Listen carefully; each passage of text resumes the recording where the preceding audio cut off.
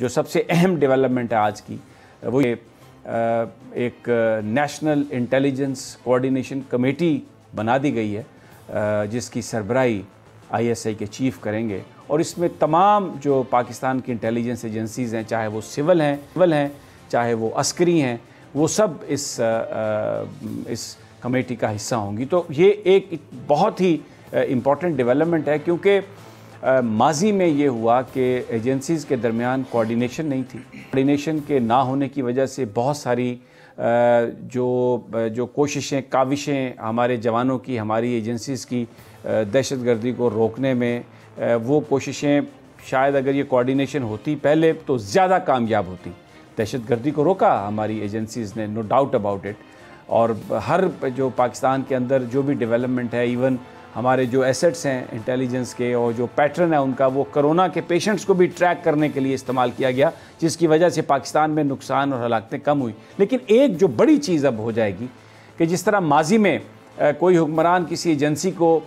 دوسری ایجنسی کے خلاف استعمال کرتا تھا، پاکستان کے وسائل کو اپنے مخالفین کو دبانے کے لیے استعمال کرتا تھا، وہ اب معاملہ ختم ہو جائے گا۔ یہ میں اس لیے کہہ رہا ہوں کہ جب محترم میاں نواز شریف صاحب کی گورنمنٹ تھی تو اس میں جو انٹیلیجنس بیورو ہے، وزارت داخلہ کے ماتحت ہے، پرائم منسٹر کو آنسریبل ہے،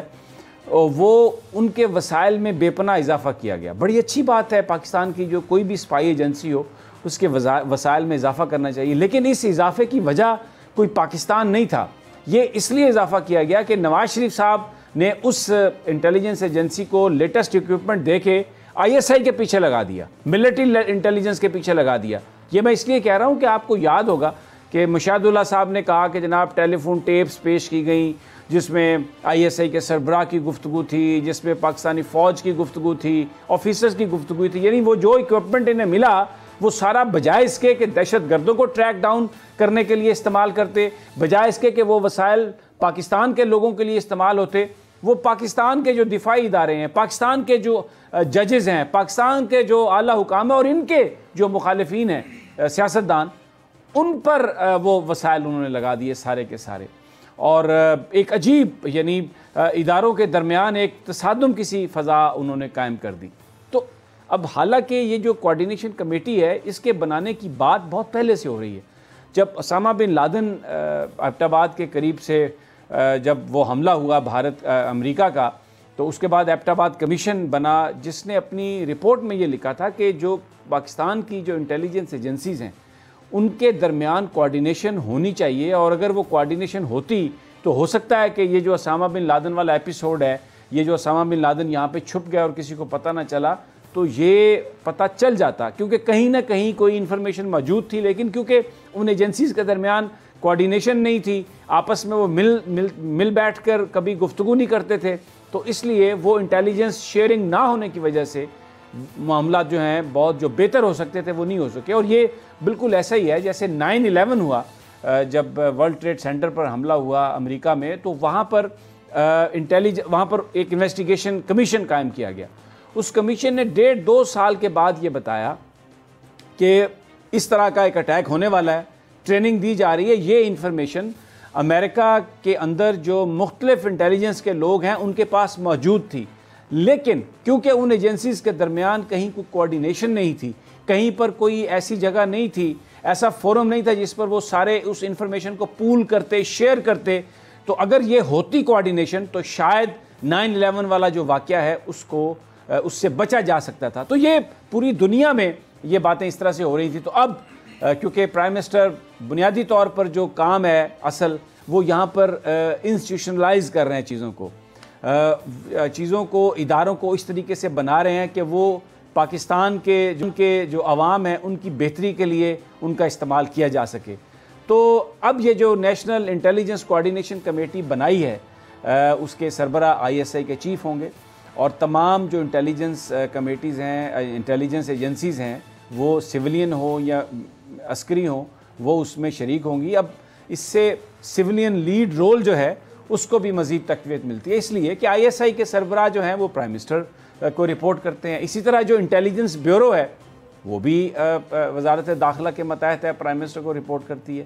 تو یہ ایک جگہ پر ان کی کوارڈینیشن بھی ہوگی, آپس میں کوئی غلط فہمی بھی نہیں ہوگی, جو چیزیں ہیں جو پاکستان کے دشمن جو کچھ کر رہے ہیں اس کے بارے میں جو بھی انفارمیشن ہوگی وہ کوارڈینیشن میں آئے گی, شیئرنگ میں آئے گی. لیکن اس کے ساتھ ساتھ وزیر اعظم صاحب کے پاس بھی یہ چیزیں جا رہی ہوں گی, اور پرائم منسٹر جو ہے وہ سویلین ہے, الیکٹڈ ہے, تو وہ جو سویلین لیڈ رول کی بات ہے وہ بھی ہوگی. اور سب سے بڑی بات کہ ان ایجنسیز کو کوئی استعمال نہیں کر سکے گا. ویسے تو جناب آصف علی زرداری صاحب نے بھی کوشش کی تھی, انہوں نے آئی ایس آئی اور آئی بی کو ایڈمنسٹریٹو کنٹرول میں لانے کی بات کی تھی, 24 گھنٹے بعد ہی وہ فیصلہ ریورس ہو گیا تھا. ہمارے برادرم محترم چودھری نثار علی صاحب بھی یہ کوشش کرتے رہے.